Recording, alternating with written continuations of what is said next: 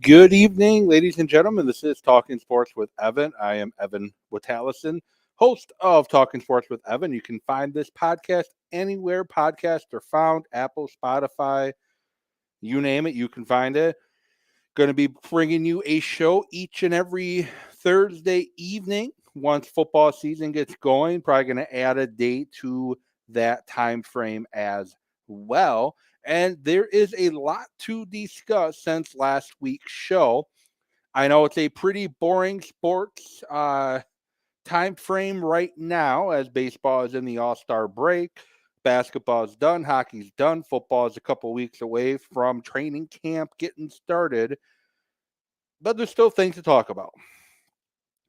Milwaukee Brewers are at the All-Star break, second place in the NL Central, even with all the injuries the Brewers have had throughout the first half of the season. Woody on the IL. They missed Wade Miley missed time to injury. Garrett Mitchell's been out most of the year due to injury. The Brewers sit at 49-42, one game behind the Reds. Even with Corbin Burns struggling, even with having to go to pitchers like Colin Ray and Julio Teheran because Eric Lauer got hurt and has been struggling. Adrian Hauser has been struggling and has been hurt. Freddie Peralta has been freebie Freddie. And your Cy Young winning Corbin Burns has not been pitching like Corbin Burns.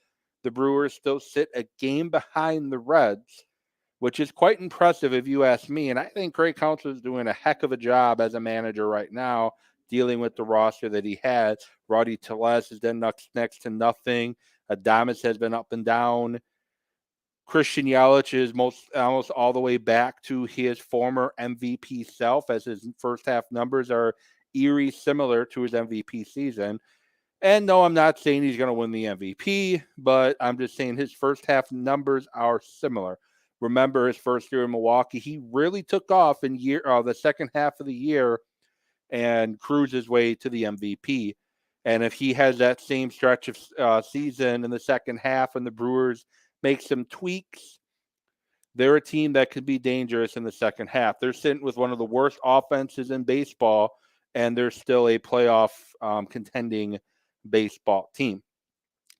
But it is the All-Star break. I'm going to talk about first half grades, first half MVPs, first half disappointments, first half Cy Young Award winners for the Brewers. I'm going to talk what they should do at the trade deadline. I want to get your thoughts. If you're watching live, if you're put it in the comments. If you're watching via Twitter, tweet at me at Evan Witt Sports. Who is your Milwaukee Brewer first half MVP? If you're a Brewer fan, let me know your thoughts. I had one response on Twitter so far today. Going to go find that really quick. The MVP, Christian Yelich, which I can get behind because he's definitely been the first half MVP for the Brewers. And Cy Young, Julio Teheran. I'm not sure. I don't know if that's who I would consider or give it to. He's had a great bounce back. Few starts with Milwaukee. The last couple he struggled. But I don't know if that's who I would go with for Cy Young. But thank you to Tony at Monterey Jack 3 for answering the question I put out earlier on Twitter. If you are watching live or if you're watching later on, you can tweet at me at Evan with Sports. Find me on Facebook, Talking Sports with Evan, or YouTube, Evan with Allison. Now, the first half grades for the Milwaukee Brewers. Going to start with the starting rotation. Corbin Burns giving a C2. He would have been a D, but his last couple of starts, he's looked like the Corbin Burns of old. And the Brewers really need him to pitch like the Corbin Burns that we know he can be. He's a former Cy Young winner.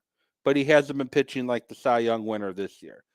He's a former Cy Young winning runner-up. He hasn't been pitching like that either.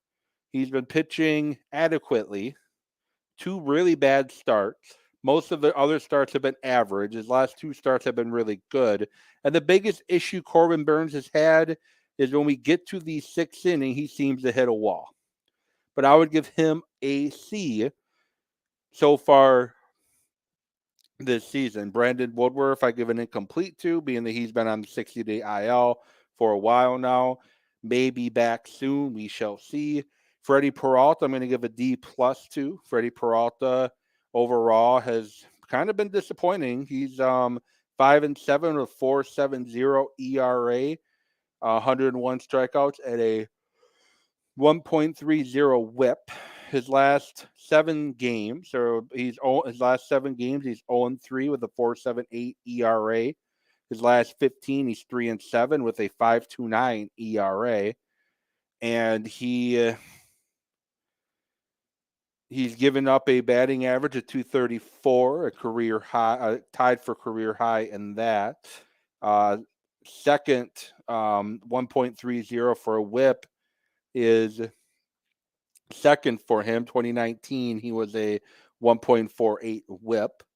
Does have 107 strikeouts, so he's getting the strikeouts, but 38 walks for Freddie Peralta, 16 home runs, 48 earned runs, 54 runs, 82 hits, and 92 innings. Last year, he threw 78 innings, and he had 6 home runs, 31 earned runs, 54 hits, and 34 runs. The year prior, 2021, where he had a 2.81 ERA through 144 innings, gave up 14 home runs that year, a 0.97 WHIP. The Brewers could use Freddie Peralta to be closer to the 2021 version of Freddie Peralta if they look to really do some damage in the second half of the Major League Baseball season for the Brewers. Wade Miley, I give an A2. Wade Miley has been a godsend for Milwaukee. 6-2, a 3.06 ERA and 13 starts, 1.15 WHIP, 46 strikeouts, and his last 7 games, he's 3-1 with a 3.86 ERA. His ERA is a little bit higher, but he's still been pretty good, and he just had a great shutdown performance of the Cincinnati Reds. Giving up 8 home runs and 23 runs this season with 59 base hits, a 2.33 ERA given up so far. And Wade Miley is my Cy Young for the Milwaukee Brewers as well, as I give him an A. Colin Ray, I give a B2. They've asking a lot out of him, and he's, for the most part, done everything they've asked him to do. He's 5-4, a 4.71 ERA and a 1.22 WHIP, 67 strikeouts on the year. His earned run average is a little high, but he is doing everything the Brewers are asking to do. He's thrown 80 innings this season, most innings thrown since 2016, where he threw 102 innings. He's given up 13 home runs, so the long ball has been an issue. But for a guy who really had there's no reason he was needing to be on the 40-man roster, let alone the starting rotation. He's been playing really well. Julio Teheran, I'll give a C+ to. His last 2 starts hurt him a little bit for me. And Adrian Hauser, I give a C to. Devin Williams out of the bullpen, A. He has been consistent, 2 blown saves in the first half. Overall, when he has gotten opportunities, he's been really good. Hobie Milner, I'll give a C+ to. He's up and down. Joel Payampas, I'll give a B2. He's done pretty well for the Brewers this season. Bryce Wilson, a C. Elvis Peguero, I'll give an B+ to. He's been really good in that trade with Hunter Renfroe earlier. Pete Strzelecki, give a C- to. and Abner Ubre is too soon to tell. Catching, William Contreras, give a B+2. He's been doing really well with the bat and getting better with the pitchers. Victor Caratini, a B. The Brewers have really good catchers right now. Rowdy Tellez, I'll give a D. Had a really good May, but since May has not been playing as well. Darren Ruff and the 60-day IL, F. Owen Miller, B-. His fielding's leaving some to be desired, but he's been pretty good with the bat. One of the Brewers' better offensive players. Bryce Terang, I'll give a C. Defensively, he's an A+ player, but that bat leaves a lot to be desired. If that bat could get going, his grade could go higher. Brian Anderson, give a C-2. Defensively, he's been good. His bat started out hot. Not really good lately.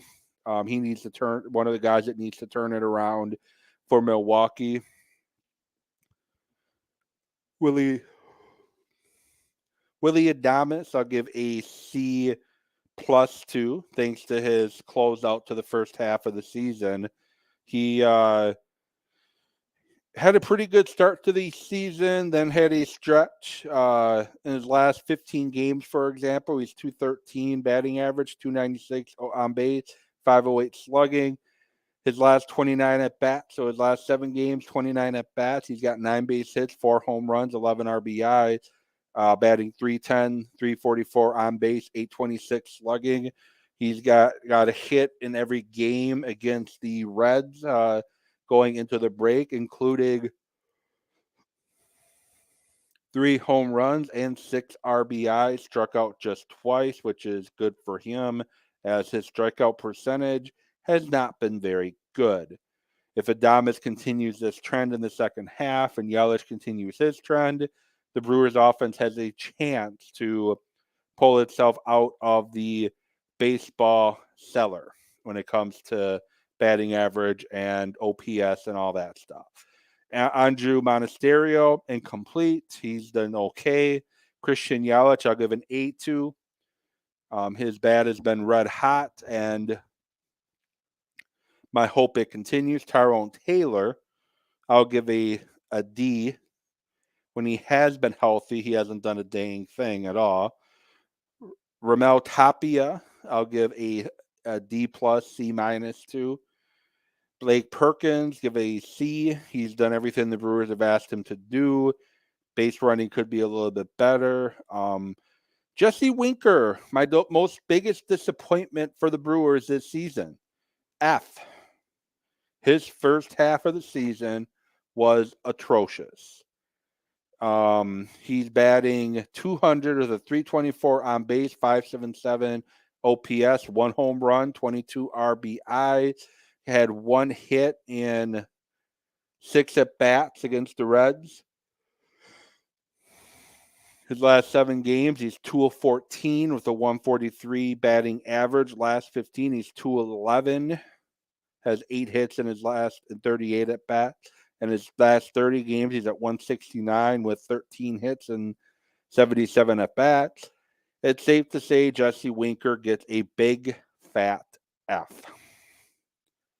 The Brewers brought him in. I was excited when they brought him in. He's a guy that's driven in runs. When he was in Cincinnati, he feasted on Brewer pitching at AmFam Field, and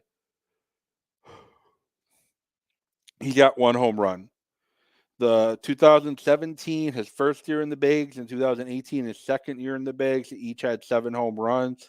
But since then, he has been a run driver, including 2021, 24 home runs, 71 RBIs, batted .305 with a 394 on base, 556 slugging, and a 950 OPS.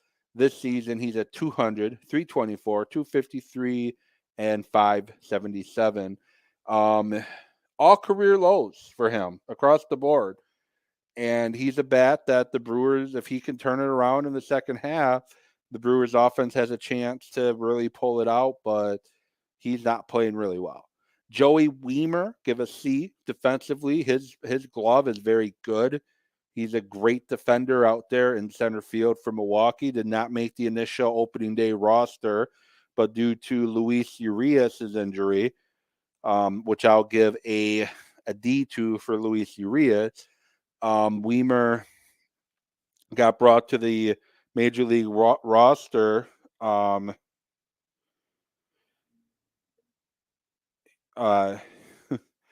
And he's been playing pretty well ever since with the bat. I mean, with the glove, the bat is a work in progress. He is swinging the bat a little bit better. Right field, pretty much already covered everybody. And designated hitter pretty much covered everybody. So that's my grades for the Brewers through the first half. Craig Counsell, I'll give a B to. Some bullpen management concerns overall. I don't have much problems with Craig Counsell. I think he is still one of the most underrated general managers. I mean, underrated managers in baseball, and I hope to see Counsell around for a very long period of time. Unfortunately, he hasn't signed his contract yet, and I do have some worries that he may decide to leave.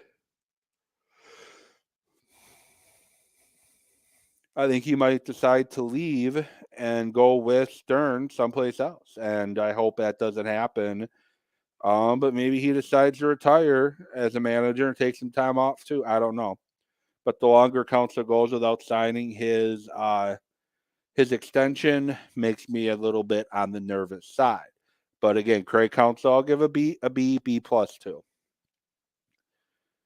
Both places the Brewers need to really shore up towards the trade deadline.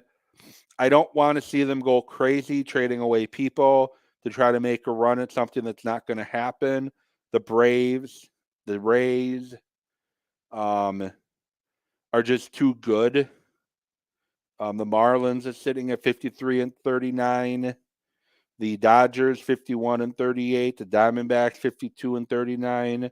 I think with those teams in the National League, and then when the American League, you got the Rays at 58-35. The Orioles, the Blue Jays, and you got the Rangers and the Astros. I think there's just I think the Brewers would have to give up too much in order to make that jump to try to overtake any of those teams I just mentioned for a World Series. But if they were to try to improve, the bullpen is definitely an area that could use a few new arms. There's really not an arm in the bullpen I trust outside of Devin Williams. Some guys are better than some guys are better off than they are other days. I wouldn't mind another bat too. Get a new DH. Winker, he is what he is. I don't see him improving at all this season, but I think you could get a new DH and have a pretty solid second half of the season. But those are the areas. I'm not saying the Brewers need to be big time buyers, but if they were to try to improve the team, those are the areas that I would focus on during the trade deadline to try to improve this team. Moving on, some unfortunate news in Northwestern football. Their big scandal, big hazing scandal, and it's sad to hear. Coach Fitzgerald got fired, rightfully so. Pat Fitzgerald got fired, rightfully so. There's no way you can say he didn't know what was going on. He may have put his head in the sand and pretended and acted like he didn't know what was going on. But from everything I've read, everything I've heard, everything I've observed from this Northwestern football hazing scandal, there's no way he didn't know. And if he didn't know, he's incompetent. If he didn't know, he's incompetent. So either way, it's a bad look for Pat Fitzgerald. And he's been at Northwestern for a very long time. He took the head coaching job at a time when they needed somebody to step up. And it's sad that it came to this, for the fact that it's just sad with Pat Fitzgerald. you didn't get the vibe from him that this is who he was. You got the vibe from Fitzgerald like he was a outstanding person, good morals, good conduct, and then you have this happen, and it's like, wow, this is ridiculous. This is sad, and now Northwestern football needs to hire a new football coach. They did an interim coach, defensive coordinator, took the job. Um, but it's just sad that it comes down to this for Pat Fitzgerald and Northwestern. And he got fired, rightfully so. And again, it's just sad. Um, hazing is not needed. Hazing in this regard is not needed. This was sick. This was atrocious. Guys are going to need counseling potentially from this. And it's just a sad sequence of events that is going to basically hurt the Northwestern program for a very long time as they try to dig their way out, rebuild, dig their way out of this. But it makes me grateful that Paul Chryst was the Badgers coach for the time frame that he was. Alvarez and Bielema before that. Anderson wasn't around long enough to really do anything too outrageous with this team, but I don't think he would do anything like what happened in Northwestern or allow anything like that to happen. And now it looks like Luke Fickell is another slam dunk coach. And I'm so grateful to be a Badger fan and grow up in Madison because it's just a sad, like I said, it's sad all around that this is what Pat Fitzgerald's job comes down to. So NBA Summer League in high gear. There's a couple things that really has stood out to me with what John Horst has been talking about. He's been making his media rounds, going one-on-one, and they bring in, obviously, Adrian Griffin as coach. They signed Jay Crowder, brought Middleton back, brought Crowder back, brought Lopez back. They drafted Chris Livingston, as well as another guy. They brought, they brought AJ Green from a two-way to a spot on the 15-man roster. And one of the things he was talking about in this interview is talking about getting younger and getting more athletic. The core of the Milwaukee Bucks is getting up there in age.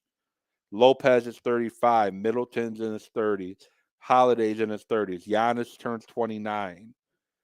The Bucks they need to look at the here and now, try to win another title or two with this core they have now, and they also have to look for what happens after Middleton and Holiday and Lopez are done. They clearly and obviously want to keep Giannis around. They want to keep him a lifetime Buck, and I want to see Giannis be a lifetime Buck. They also need to look at building that roster around Giannis post the three guys I just talked about. And that really stood out to me. Budenholzer did not like playing young guys, so the Bucks were one of the oldest rosters in the NBA continuously. Griffin is a guy they brought in to try to get some younger guys at that wing position and try to develop them.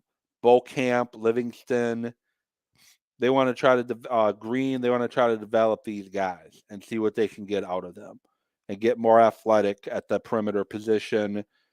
And I think it's smart GMing. I think it's a smart way to build the roster. You couldn't do it with Budenholzer because Budenholzer wouldn't play young guys.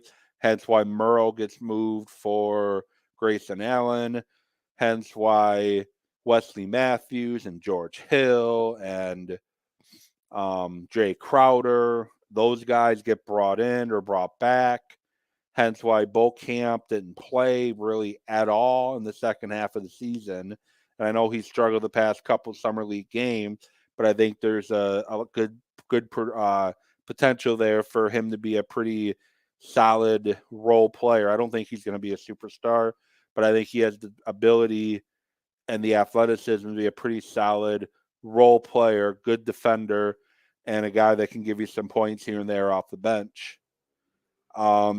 They're really looking at, as I said, they're really looking at trying to develop that younger talent. So when Middleton, Lopez, those guys are gone, you got a fresh group of guys to put in around Giannis. So time will tell where we go from here. Time will tell how the Bucks go, how the Bucks do moving forward. But I like the strategy from Horst right now to pretty much bring the core back, but also look at getting a little younger on that bench to try to develop some young guys to be more young and athletic. Smart moves, if you ask me. And finally, Hard Knocks. The New York Jets get to be on the show Hard Knocks. I honestly have not watched the show since the Baltimore Ravens were on it after they won the Super Bowl back in 2001. That's the last time I've watched Hard Knocks. And I don't know if I would ever want the Packers on Hard Knocks. I don't know if I would ever prefer or be comfortable with the Green Bay Packers being on Hard Knocks. I think it brings a lot of distractions, especially with the team the Packers have right now, moving on from Aaron Rodgers being younger and experienced a lot of those positions. I think it would be detrimental to the young team if that were to happen, and I'm glad they didn't get picked. But the NFL is forcing the New York Jets, and apparently, supposedly, Aaron Rodgers is not happy. We know what's going to happen. He's going to go on Pat McAfee and be like, I never told anybody I was pissed off about this. The media is just doing what the media does and yada, yada, yada, and whatever. I don't think me not watching Hard Knocks is going to change. I don't envision any reason for me personally to watch it. It is what it is. And it's just a matter of hoping to see some entertainment is what the NFL is looking for. But like I said, I'm probably not going to watch it. It's a lot of distraction. Now you're the Jets. You're bringing in a new quarterback, bringing in new offensive pieces, looking to make a big playoff push. Guys can get distracted. Fortunately for them, with Rodgers being that new quarterback, you got a veteran presence there that would do what he can to get everybody else to focus on football. But Hard Knocks is something to me that should really be done.